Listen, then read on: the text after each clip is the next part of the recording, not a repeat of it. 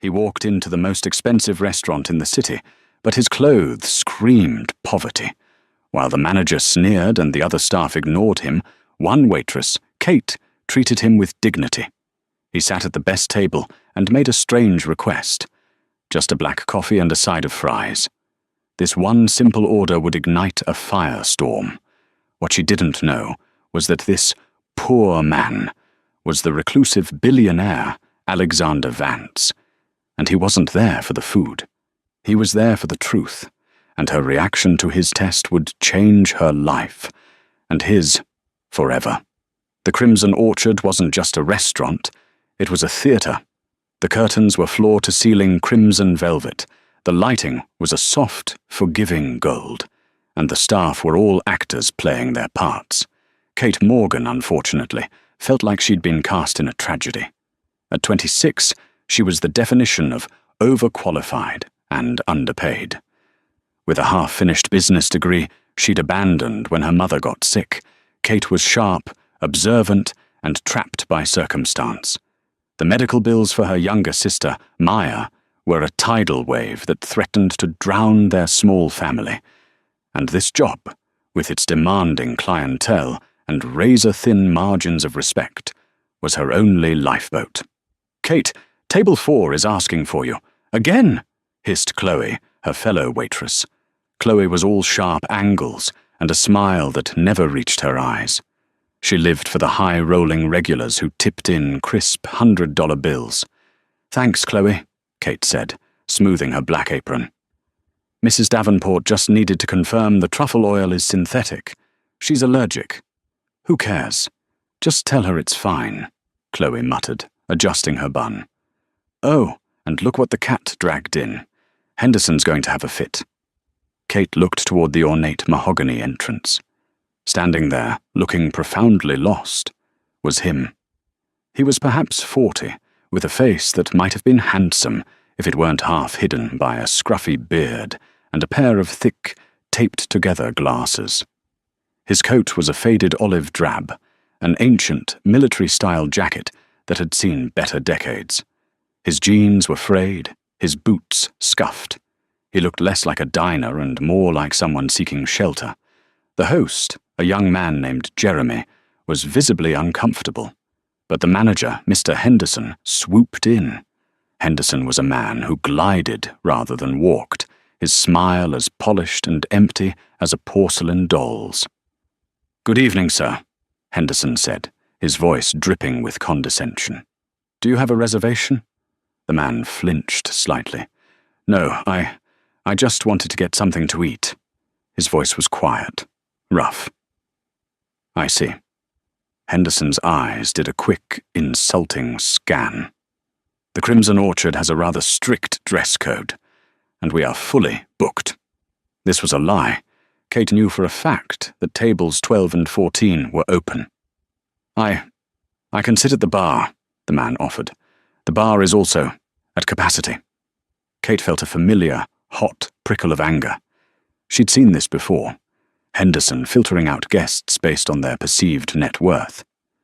But then, the man did something unexpected.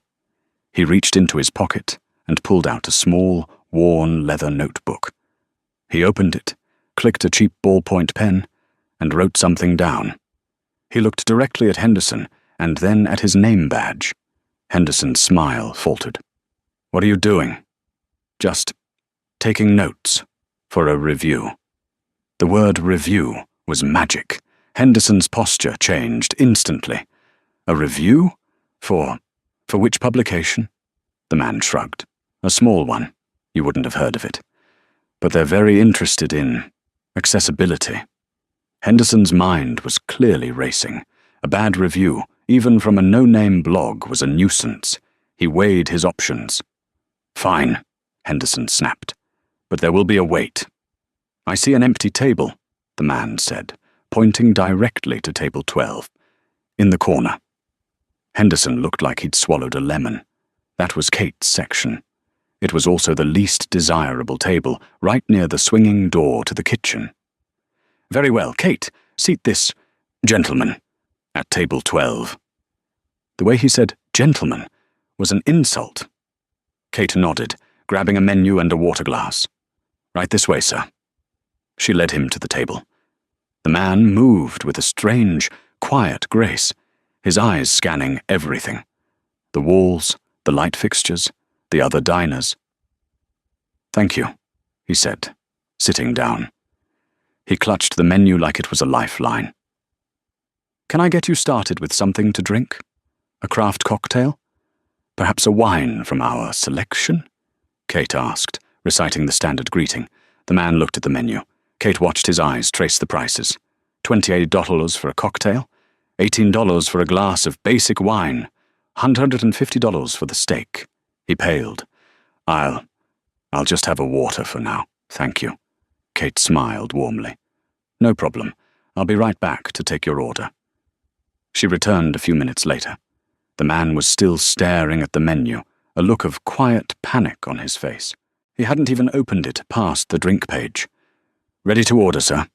He looked up, his eyes magnified by the thick glasses. Yes, I think so." He hesitated. "This might sound strange, but what is the least expensive thing I can order?" Kate didn't blink. She didn't laugh. She didn't smirk or show a trace of pity. She took his question as seriously as if he'd asked for their most exclusive vintage. She leaned in slightly. "Well," she said in a confidential tone, "the menu is pretty pricey. But if you're not terribly hungry, the kitchen can do à la carte. The garlic herb fries on their own are fantastic, and they're only $12. We also have a simple black coffee for $5. The man looked at her, truly looked at her, for the first time. He seemed to be searching her face for mockery. He found none. "That sounds perfect," he said, a small, genuine smile touching his lips. "I'll have the garlic herb fries and a black coffee. Please." "An excellent choice," Kate said, writing it down. "They're my favorite thing on the menu. I'll put that right in for you." As she walked away, she didn't see him pull out his notebook again. He didn't write. He just watched her go, the smile fading into an expression of profound, unreadable calculation. He hadn't been won over. Not yet. He had been intrigued. The man, who Kate learned was Alex, from the name he gave for the coffee order, became a fixture. He came in 3, sometimes 4 times a week, always at the busiest part of the dinner rush. He always requested table 12, Kate's section, and he always ordered the same thing, black coffee and a side of garlic herb fries. To the rest of the staff, he was a joke. "Your boyfriend's here, Kate," Chloe would sneer, bustling past with a tray of $50 seafood towers. "Maybe tonight he'll splurge and get ketchup." Mr. Henderson was less amused. "He's driving down the check average for that table, Ms. Morgan," he'd warn her. "A table that's occupied for 2 hours by a fry-eater. Costs us money. Get him in and out." But Kate couldn't bring herself to rush him. She treated him with the same professional warmth as she did the tech moguls and old money heiresses. She refilled his coffee, brought him fresh napkins, and asked him how his day was. His answers were always vague. "It's a day," he'd say, or "productive." But a few weeks into this strange ritual, Kate realized she was the one being observed. Alex wasn't just sitting there, he was working. He would nurse his coffee for hours, his gaze sweeping the dining room. He wasn't looking at the decor or the other guests. He was watching the staff. He watched how Henderson greeted the high rollers, a fawning, sickening display. He watched Chloe openly ignore a table of tourists to flatter a man with a heavy gold watch. He watched the busboys, timing how long it took them to clear a table. And he watched the register. He seemed fascinated by the POS system, his eyes tracking Kate's fingers as she rang in orders. He'd tilt his head, as if listening to the click of the cash drawer when Henderson manually voided a check. "You're very observant," Kate commented one Tuesday night, pouring him a coffee refill. Alex looked up from his notebook, startled. "It's a habit. People are interesting." "What are you writing, if you don't mind me asking?" He closed the notebook. Just patterns. I like patterns. For example, he said, gesturing with his pen. You always check on a new table within 90 seconds of them being seated. Chloe, your co-worker, averages about 3 minutes, unless they're wearing a suit. Mr. Henderson, he only visits tables that have ordered a bottle of wine over $200. Kate was stunned. You're timing us. Data, Alex said with a shrug. Data is just the world telling you a story.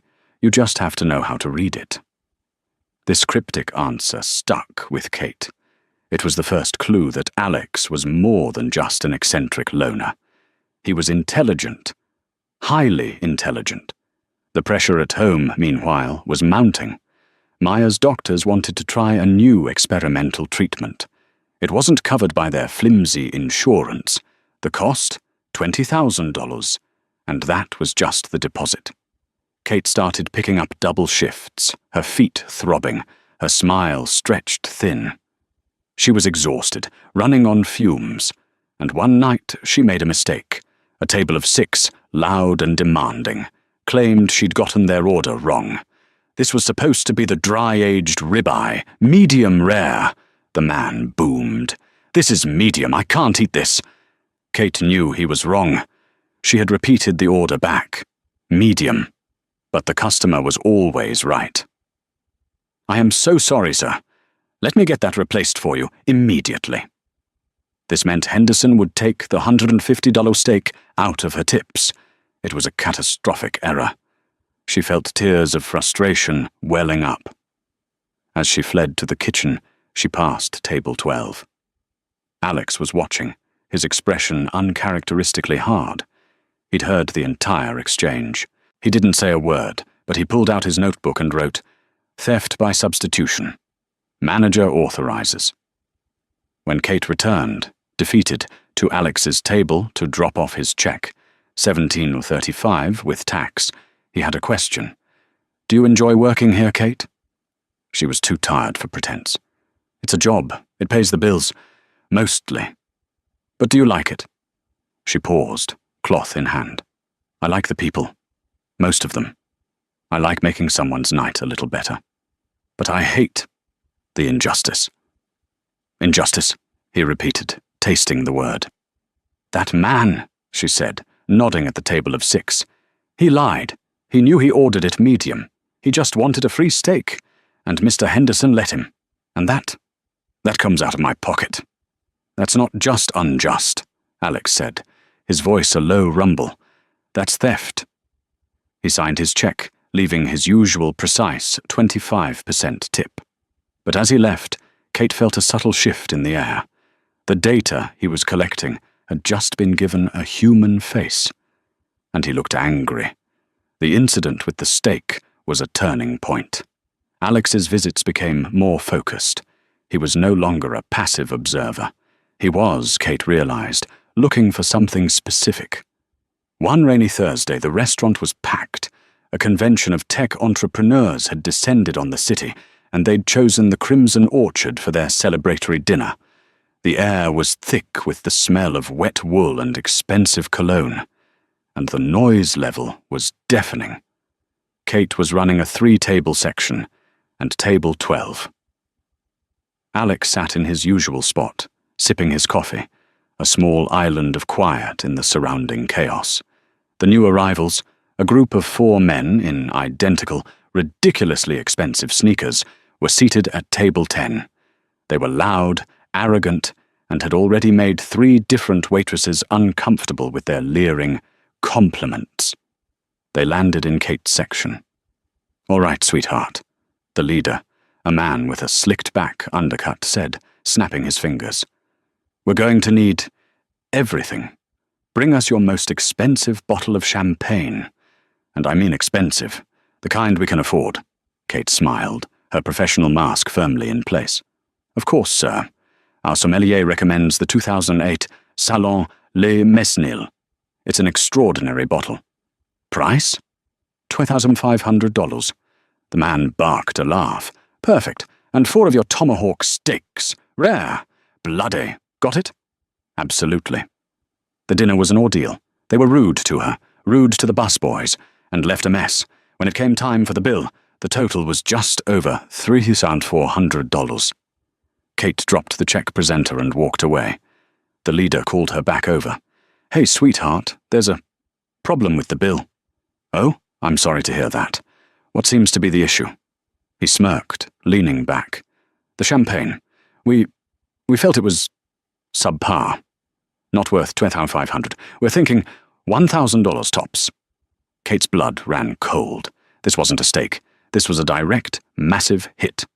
"Sir," she said, her voice steady, "the bottle was presented, and you approved it. You and your guests finished the entire bottle. I cannot adjust the price." "Then get your manager," the man said, waving her away. Henderson glided over, saw the table, saw the check, and immediately went into his fawning appeasement mode. "Gentlemen, a problem?" "Your girl is trying to rip us off," the man said. "Sir," Kate interrupted, "he's refusing to pay for the champagne he ordered and drank."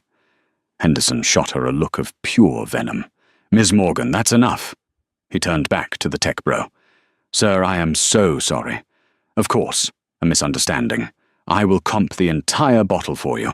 We want you to return." The man grinned, a shark's grin. "See? That's good service." Kate was shaking. This wasn't just coming out of her tips. This was a write-off so large it would put her on Henderson's permanent blacklist. She felt a mistake coming on, one that would get her fired. She backed away from the table, her breath hitching, and bumped into something solid. It was Alex. He'd stood up from his table. "Excuse me," he said, his quiet voice cutting through the din like a surgeon's scalpel. The tech bro looked up. "Who the hell are you? The janitor?" Alex ignored him and spoke to Henderson. "Mr. Henderson, you are not authorized to comp that bottle." Henderson turned, his face purple. "I am the manager. And who are you to tell me?" "I am a customer," Alex said simply, "and I'm also a citizen who is witnessing a crime, specifically a violation of Section 12B of the State Hospitality and Commerce Code, fraudulent inducement of service." The tech bro laughed. "What?" Alex turned his mild, bespectacled gaze on him. "You ordered a product, you consumed that product, and you are now refusing payment based on a subjective, non-quantifiable complaint after consumption. That is fraud." "Furthermore," he said, turning back to Henderson, "by comping this item without a valid service or product failure, you are essentially facilitating that fraud. You are an accessory." The entire restaurant section had gone quiet. I don't know what you're talking about," the tech bro stammered, his bravado fading. "I think you do," Alex said. "You're a tech entrepreneur, aren't you? Your company, CypherGen, just went public. Am I correct?" The man's blood drained from his face. How did you know that?" "I read. A lot," Alex said. "Imagine the story. CypherGen CEO commits felony fraud over a bottle of champagne. The press would love that. Your shareholders? Maybe not so much. Your board would certainly be interested in the character and fitness clause in your employment contract." The man stared at Alex, his mouth opening and closing. "Now, let's talk about the bill," Alex continued, his voice still quiet, but now filled with cold iron. "You will pay the full $3,400. You will also add a 30% tip for this waitress, Ms. Morgan, for the verbal abuse she has endured. That comes to $1,020 for a grand total of $4,120. "You can't be serious." Alex pulled out his phone. "I can. Or I can call Mr. Donovan. You know, Robert Donovan, of the Donovan, Finch, and Associates law firm. He's my attorney. He's also on the board of your largest institutional investor. I wonder what he'd think." The man was as white as a napkin. He fumbled for his black Amex card. Fine. Run the damn card." Kate, stunned, took the card. Henderson was frozen, his face a mask of disbelief and dawning terror. Kate ran the card. It was approved. She brought back the slip. The man signed it, his hand shaking, and left the $1,020 tip. He and his friends scrambled out of the restaurant without another word. Kate turned to Alex, her hands full. I don't... How? Alex just smiled, that same small, quiet smile. I told you. I like patterns. And I really, really hate bullies. He walked back to his table, sat down and picked up his coffee cup as if nothing had happened. But Henderson was staring at him, not as a nuisance, but as a threat. And Kate was staring at him as something else entirely. Not a charity case, not an eccentric, but a protector. The Alex problem, as Henderson now called it, had become a crisis. The incident with the tech bros had sent shockwaves through the staff. Chloe was suddenly, if grudgingly, respectful of Kate's weird friend. Henderson, however, was terrified. He'd spent an hour on Google trying to find Alex and Robert Donovan. He found thousands of Donovans, but no combination that explained the quiet, terrifying authority of the man in the drab jacket. Alex wasn't a blogger. He was something far more dangerous. He was an unknown quantity with power, and he was now digging. Alex's habits changed. He still ordered his fries and coffee, but he'd also ask Kate questions. "That wine you're carrying," he said one night, nodding to a bottle of Chateau Margaux 1982 she was delivering to a table. "Beautiful bottle, vintage of the century." "So I'm told," Kate said. "It's $7,000 a bottle. I'm afraid to even breathe on it." "Who's it for?" "Table 2. The venture capitalist, Mr. Sterling. Mr. Henderson is comping it for him, to celebrate his new fund," he said. Alex watched the delivery. He watched Henderson pour the wine with a flourish. He watched Mr. Sterling take a sip, nod, and go back to his phone. Later that night, Kate was in the back office, running her end-of-night report. She was surprised to see Henderson there, which was rare. He was usually at the bar, schmoozing. He was at the computer, typing furiously, and looked startled when she entered. "Miss Morgan, you're late closing out." "Just running the numbers, sir." Kate glanced at his screen. He was in the inventory management system. He clicked out of it immediately. "Well, hurry up, I'm closing the building." Something felt off. She mentioned it to Alex the next night. "It's strange," she said, wiping down his table. "Mr. Henderson comped that $7,000 bottle of Chateau Margaux last night. But when I was checking the inventory for the sommelier today, the bottle count was normal." Alex looked up from his notebook. "What do you mean?" "I mean, we had 3 bottles of the 82. We still have 3 bottles, but Mr. Sterling drank one. So, how can that be?" Alex's eyes lit up with a frightening intensity. "Kate, where did the bottle that Mr. Sterling drank come from?" "From the cellar, I assume. The sommelier brought it up." "No," Alex said, more to himself. "No, the inventory. That's a digital record. But the bottle... Kate, did you see the bottle after it was finished?" "No. The busboy, new kid. Pavel. He took it away." "Pavel," Alex said. "The one who only works Monday, Wednesday, and Friday. The one who is Mr. Henderson's cousin?" Kate's jaw dropped. I think so. Yes." "How did you know that?" "Patterns," Alex whispered. "Kate, this is very important. Have you noticed any other discrepancies? Anything at all?" She thought hard. "Well, yes. But I thought I was just tired.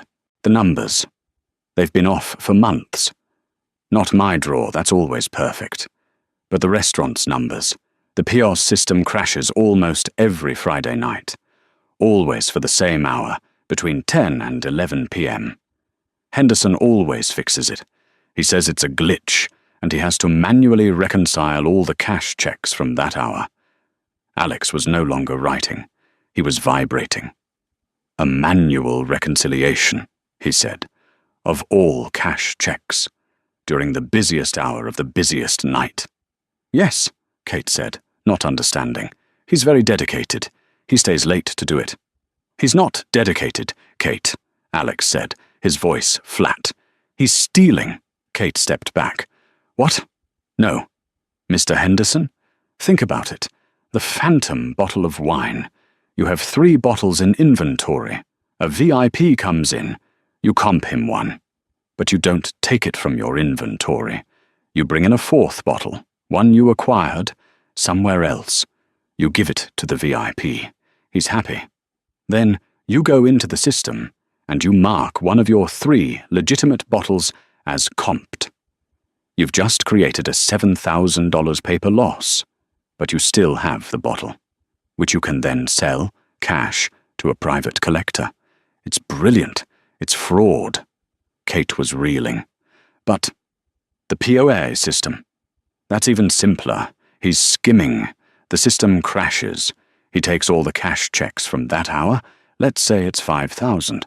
He only reports 3,000. He pockets the other 2,000. It's a classic, simple skimming operation. He's bleeding this place dry. Kate felt sick. I have to tell someone. The owners. They already know, Alex said quietly. What? This restaurant has been posting a 30% loss quarter over quarter for a year. Yet it's always full. The numbers don't add up. The owners, my friends, they suspected something was wrong. They suspected embezzlement. They just couldn't prove how. He looked at Kate, his eyes clear and sharp. Until now, you just gave me the how, Kate. Before Kate could respond, she heard her name being screamed from the front of the restaurant. It was Chloe. Kate! Oh my God, Kate! She and Alex ran from the back. A woman at table 5, a high-profile socialite named Mrs. Delacroix, was standing, her face a mask of horror. Mr. Henderson was beside her, wringing his hands. My bracelet! Mrs. Delacroix shrieked. My Cartier bracelet! It was in my purse, right here. It's gone. Someone stole it.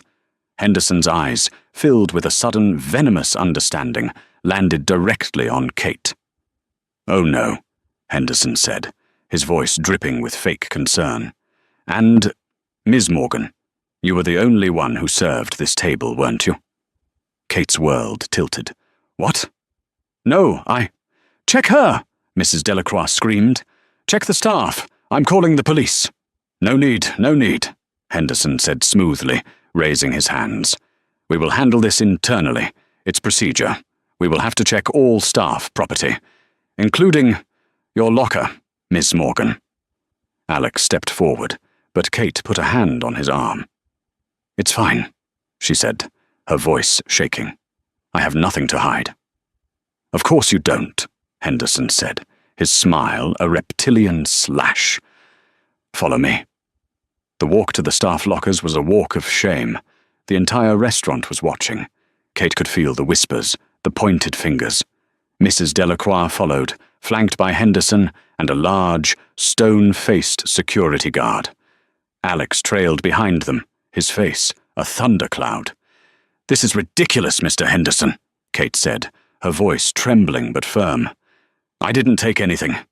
Procedure, Miss Morgan, Henderson said, his keys jangling. We have to eliminate all possibilities to satisfy the guest. They reached the lockers. Which one is yours?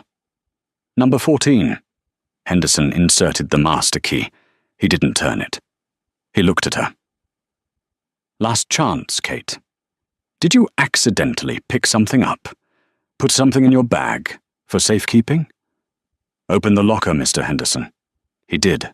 Her small, worn backpack was on the top shelf. Her worn-out nursing shoes for Maya's hospital visits were on the bottom. The bag, Mrs. Delacroix demanded. Check the bag.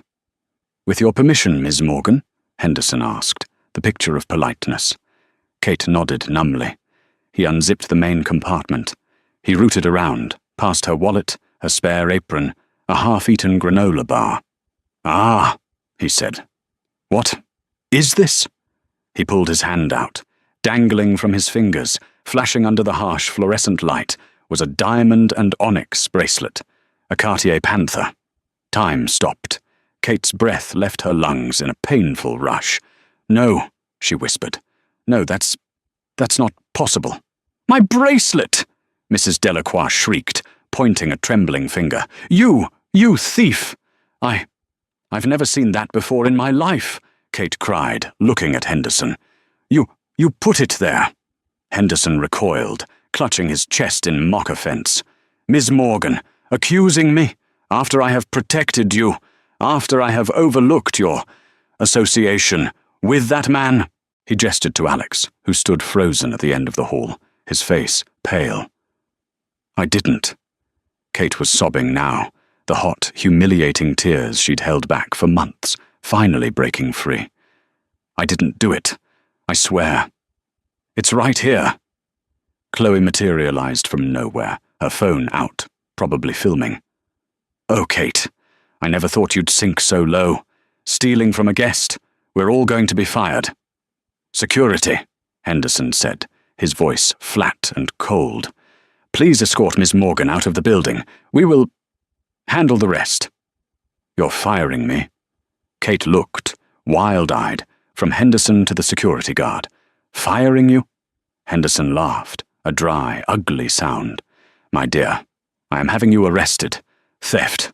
Grand larceny, I believe. That bracelet is worth over $50,000. No, please. My sister. I need this job. I didn't—" The security guard, a man she'd shared coffee with just that morning, grabbed her arm.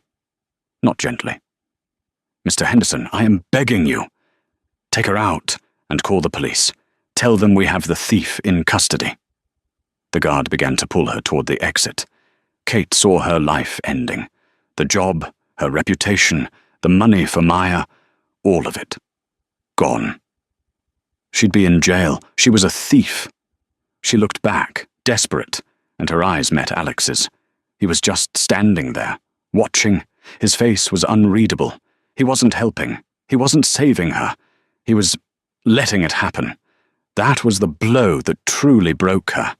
The tech bros, the stakes, the wine. It was all a game. In the real world, men like Alex didn't save waitresses like her. She was alone. "Let's go, miss," the guard said, tugging her harder. They reached the main dining room. The hush was deafening. Every diner was watching as Kate Morgan, the thief, was dragged through the restaurant. They were almost at the door. Henderson was right behind them, followed by Mrs. Delacroix, who was dabbing at her dry eyes. "Stop." The word was not loud. It was barely a whisper, but it had the force of a physical blow. The security guard froze. Alex had not moved from the hallway. He just stood there. "I said stop," he said again, a little louder. He took a step forward. Henderson turned. "Sir, this is a private staff matter. I must ask you to return to your table, or I will have you removed as well." "You will?" Alex asked. He took off his taped glasses, and it was as if a mask had fallen away. His eyes, no longer magnified and distorted, were a piercing, glacial blue. He undid the top button of his drab coat. "I don't think you will." He walked, not quickly, but with a sudden, lethal purpose, into the center of the dining room. He ran a hand through his hair, pushing back the shaggy mess, revealing a sharp, aristocratic hairline. The man who had been Alex was gone. In his place was a stranger, one who radiated an aura of absolute, terrifying power. "What is this?" Henderson demanded, his voice suddenly shaky. "This," the man said, "is what's known as the part where the curtain falls." He looked at the security guard. "Let her go. Now." The guard, looking from Henderson to this new, transformed man, instinctively dropped Kate's arm. Who the hell are you?" Henderson sputtered. The man smiled. It was not the kind smile Kate knew. It was cold, sharp, and dangerous. "My name," he said, his voice now clear and resonant, filling the silent room, "is Alexander Vance." The name hung in the air. Kate didn't recognize it. But Henderson's face went from puce to a color of white Kate had never seen on a human being. "Vance, as in Vance Global Holdings," Henderson whispered. The very same, Alexander said. Vance Global, the company that owns this building, the company that holds the primary mortgage on this restaurant, and, as of 9 a.m. tomorrow, the company that will be the 100% sole owner of the Crimson Orchard, following your owner's catastrophic and frankly predictable default. He looked around the room, at the staff, at the diners, at Kate. I've been auditing this establishment for 6 weeks. I came here to find out why a restaurant with this much traffic was hemorrhaging money. I suspected incompetence. What I found, and his gaze landed on Henderson like a physical weight, was high-level, systematic fraud. The silence in the Crimson Orchard was absolute. You could hear the fizz of a champagne flute from a forgotten table. Kate stood, rubbing her arm where the guard had held it, her mind a blank, white-hot static of confusion. Alexander Vance. She'd heard the name, of course. Vance Global was a leviathan. They owned half the city's commercial real estate, hotels and, apparently, a portfolio of high-end restaurants. The Vances themselves were like urban legends, impossibly wealthy, reclusive, and powerful. And this was one of them, the man who ate fries, the man she'd protected, the man who, it turned out, hadn't needed her protection at all. Mr. Henderson, Alexander continued, his voice calm, let's review your performance, shall we? He walked, slowly, toward the trembling manager. He was no longer Alex. He was a predator. Let's start with the simple stuff. The skim. A glitch in the POS system every Friday night. A classic. You pocket, by my estimation, about $2,000 a week in cash. $104,000 a year. Tax-free. Not bad. Henderson was trying to speak, but only a gurgle came out. But that's just petty cash, Alexander said, waving a hand dismissively. The real masterstroke was the wine. He turned to the diners. Mr. Henderson here developed a truly brilliant scheme. He would acquire, let's call them off-market, high-end vintages, like, for example, a Chateau Margaux, 1982. He looked at Mr. Sterling at table 2, who was now paying very close attention. He would then comp that bottle to a VIP guest. The guest is happy. But the bottle didn't come from the restaurant's inventory. It was a phantom. Then Mr. Henderson would go into the digital inventory and mark one of the real bottles as comped. A $7,000 loss for the restaurant. But the real bottle was still in the cellar. He was free to sell that bottle for cash to a private collector. He was, in effect, laundering his counterfeit inventory through the restaurant's books and stealing the real inventory. Chloe's mouth was open so wide, Kate worried it might unhinge. I, Henderson stammered. But you got greedy, didn't you, Mr. Henderson? Alexander's voice dropped. And you got sloppy. You involved your cousin, Pavel. You got scared when I started asking questions. And then he looked at Kate, his expression softening for just a fraction of a second. And then Ms. Morgan, in her decency, noticed the numbers didn't add up. She saw the rot. And you knew she was a threat. He turned back to Henderson. So you decided to frame her. You needed her gone. Which brings us to Mrs. Delacroix.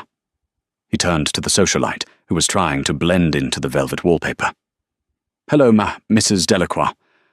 Or should I say, Mary Beth Higgins from Henderson's hometown, a community theatre actress, I believe. The woman went pale. I don't know what you're talking about. Don't you? Alexander said. You lost your bracelet. A bracelet, he said, turning back to Henderson, that you gave to Kate's co-worker, Chloe, to plant in her locker. Chloe let out a small squeak. I didn't. He just told me to put a package in there. He said it was a birthday surprise for her. A lovely thought, Chloe, Alexander said sarcastically. Unfortunately for you, you're now an accomplice to felony conspiracy. And the bracelet, Alexander said, turning back to Henderson. "The Cartier Panther. A beautiful piece. Worth, as you said, 50,000. It's also, unfortunately, a very well-known piece. It was reported stolen, 6 months ago, from the home of a Mrs. Vanderbilt. A theft that, according to the police report, happened while a private catering manager was supervising an event at the home. And that manager's name was yours, Mr. Henderson. It was a checkmate, a total, devastating checkmate. Henderson, defeated, slumped. You can't prove any of that." "Can't I?" Alexander smiled. He pulled his cheap, battered phone from his pocket. It was not a smartphone. It was an old, digital voice recorder. "I told you, Kate," he said, holding it up. "I like patterns. I like data."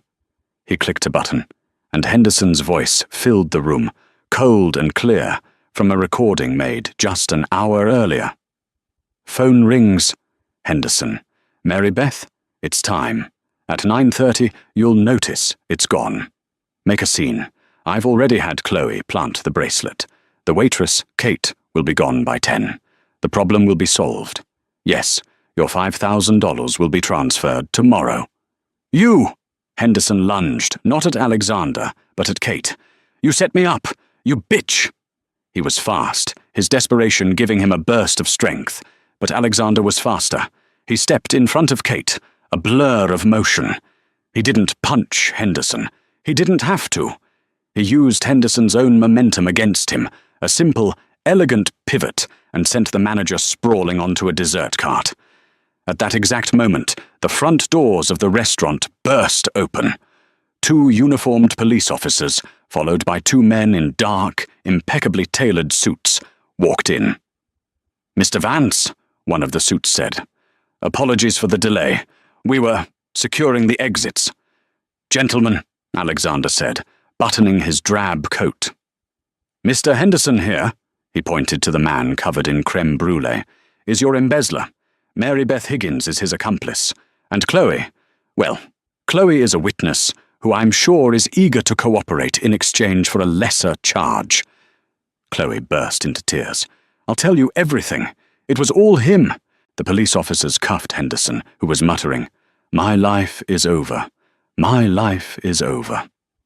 As they hauled him and a sobbing Mary Beth out, one of Alexander's suits, the man Kate now recognized as the Mr. Donovan he'd mentioned, stepped forward. "The restaurant is clear, sir. We've taken Mr. Pavel into custody in the alley. He was disposing of several cases of wine." "Excellent, Robert," Alexander said. He then turned to the assembled staff. "The Crimson Orchard is now closed, indefinitely. You will all be receiving severance pay. My team will be in touch." The staff and the diners began to file out, a stunned, silent exodus. Finally, the vast crimson and gold room was empty, except for 2 people, Kate Morgan and Alexander Vance. Kate stood in the wreckage of the dessert cart, her hands clasped in front of her to stop them from shaking. The adrenaline that had surged when Henderson lunged was now ebbing, leaving behind a cold, trembling exhaustion. The vast, opulent room, now cleared of its staff and patrons, felt like a mausoleum. You knew," she said, her voice small, barely a whisper. "You knew he was going to frame me. You let him." The accusation hung in the air, sharp and painful. The feeling of betrayal was, in its own way, as sharp as the fear had been. Alexander turned. The hard, corporate raider facade softened instantly. The Alex, she knew, the quiet, observant man, returned to his eyes. He looked, for the first time, deeply and genuinely ashamed. "No," he said, and his voice was full of a regret that felt shockingly real. "No, Kate. I swear to you on my family's name, I did not see that coming." He took a step toward her, but stopped, as if sensing he had no right to comfort her. "I knew he was a thief. I knew he was skimming the registers. I knew he was running a complex fraud with the wine inventory. My entire focus was on the money, the how. I was so focused on the data, on the patterns of the theft. I completely underestimated the human variable. He ran a hand through his hair, his composure, for the first time, cracking. I'm a data analyst, Kate, not a psychologist. I saw Henderson as a common, greedy embezzler. I didn't see him as this, as a man capable of such personal, vindictive cruelty, as someone who would destroy an innocent person's life to cover his tracks. But you just watched, she whispered, the tears finally starting to track down her face. You let that guard, you let them call me a thief. That, he said, his voice dropping, was an unforgivable oversight. A failure. He gestured to the empty tables. My security team, Donovan's people, they were dining here tonight, posing as guests. They were in place to intercept Henderson, but they were watching for a financial move, a data wipe, an attempt to flee, a transfer of the stolen wine. He moved on you instead. He used the bracelet. He was faster than I was. By the time I realized what he was doing, he'd already done it. He looked her directly in the eye. I had to let the play finish, Kate. I had to let him confirm the frame-up after I knew it was happening. If I'd stopped him the second he made the accusation, it would have been his word against yours. I had to let him hang himself with his own rope. But in doing so, I put you through 5 of the most terrifying minutes of your life, and for that I am truly, deeply sorry. It was a failure of my protection, and it won't happen again. Kate processed this. He wasn't a god, he was just a man, a very, very smart man, but one who had been surprised. The apology felt real. It felt earned. She wiped her face, a new emotion surfacing. Pure, unadulterated confusion. Why? She asked. Why, all of this? She gestured to his clothes, the drab coat that was probably worth more than her entire apartment, the cheap glasses. Why the disguise, the fries? Why not just come in, show your badge, and arrest him? Alexander walked over to his table, table 12, and sank into the chair. He looked tired, bone-tired. Because, he said, gesturing for her to sit, when Alexander Vance walks into a room, the play stops, the actors change, everyone puts on their billionaire mask. The truth, it hides. Kate slowly, hesitantly, sat in the chair opposite him. Her chair. If I had walked in here as me, he continued, Henderson would have been the most obsequious, professional, perfect manager in the city. The books would have been scrubbed. The staff would have been terrified into perfect behavior. I would have learned nothing. I've made that mistake before. I've tried to fix problem assets from the top down. It doesn't work. The rot, it just hides until I leave. He leaned forward. So I became Alex, invisible Alex, the man who orders the cheapest meal, the man no one sees, the man no one needs to impress. Because people, they are their truest selves when they think no one important is watching. And what did you see? Kate asked, her voice a little steadier. I saw a culture of fear, led by a small, petty tyrant. I saw apathy and jealousy, he said, nodding toward where Chloe had stood. I saw a staff that was beaten down and uninspired. And his gaze, that piercing blue, locked on hers. And I saw you. I saw a woman who was overworked, underappreciated, and, as I later learned, under immense personal pressure. And I saw her treat the invisible man with the same dignity, the same respect, and the same kindness as the billionaires at table 4. I saw you get cheated and bullied, and you still showed up the next day with integrity. I watched that man lie about his steak, knowing it was coming from your wages, and you handled it with a grace I haven't seen in my own boardrooms. I saw an intelligence, he went on, that cut through the noise and saw the patterns even before I did. You noticed the wine discrepancy, Kate. You gave me the final piece of the puzzle. You are the truth of this place. The one good, decent, strong thing I found in this entire mess." Kate didn't know what to say. The medical bills, Maya, her business degree, it all seemed so small and so large at the same time. The praise was a balm on the raw wound of her terror. "So, what now?" she whispered. She looked around the empty grand room. You're closing the restaurant. I'm still out of a job. That frame-up, even if it was fake, I'm the waitress who got accused of grand larceny." "Yes," Alexander said, standing up. "I am closing the Crimson Orchard. As of an hour ago. The brand is toxic. The foundation is rotten." He walked over to the windows, looking out over the city lights. "But the location is excellent. The kitchen is state-of-the-art. And the name, Vance Global, it means something." He turned back, a new energy in his stance. "I'm not just a real estate mogul, Kate. My father built hotels. I build experiences. And I'm going to rebuild this one. From the ground up. A new name, a new concept, and," he smiled, "a new philosophy." "That's great," Kate said, standing up on shaky legs, grabbing her small, violated backpack from the floor. "I wish you luck, Mr. Vance. I should go." "My sister, Alexander," he corrected her. "And, Kate, I have a problem." She stopped, her hand on the strap of her bag. You have a problem?" "A big one," he said, nodding. "I'm reopening in 6 weeks, and I need someone to run this place. Someone I can trust. Someone who knows the business, from the ground up, not from some Ivy League textbook. Someone who understands data, but hasn't lost their humanity. Someone who values integrity over tips. Someone like you." Kate's bag hit the floor. She stared at him. Then a sound escaped her, a dry, hysterical laugh.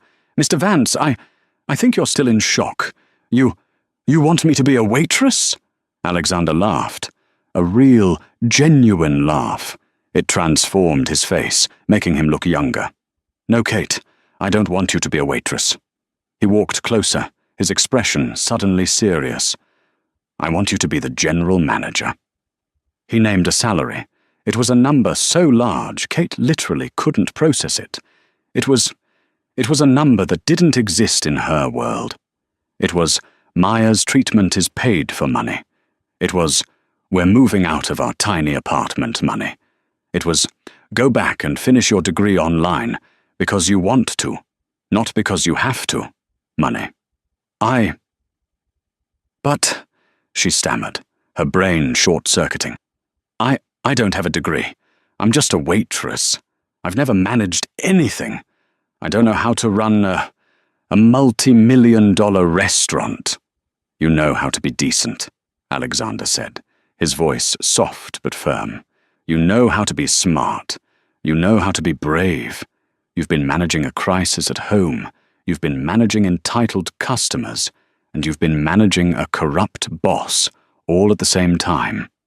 He stepped closer. "Kate, I can teach you how to read a P&L sheet in an afternoon. I can teach you about supply chains and margins. That's the easy part. What I can't teach, what no one can teach, is integrity, character, guts, that you have to be born with, or you have to fight like hell to keep. And you have it in spades. I'm not offering you this job despite you being a waitress. I'm offering it to you because of how you were a waitress." He held his hand out, not for a handshake, but as an open gesture. "The job is yours, if you want it."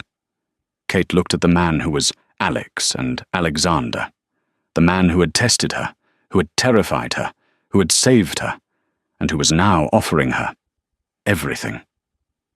She thought of Maya. She thought of the tech bros. She thought of Henderson. She thought of the garlic herb fries. She straightened her back. She wasn't just Kate the waitress. She was Kate Morgan. and she was a fast learner.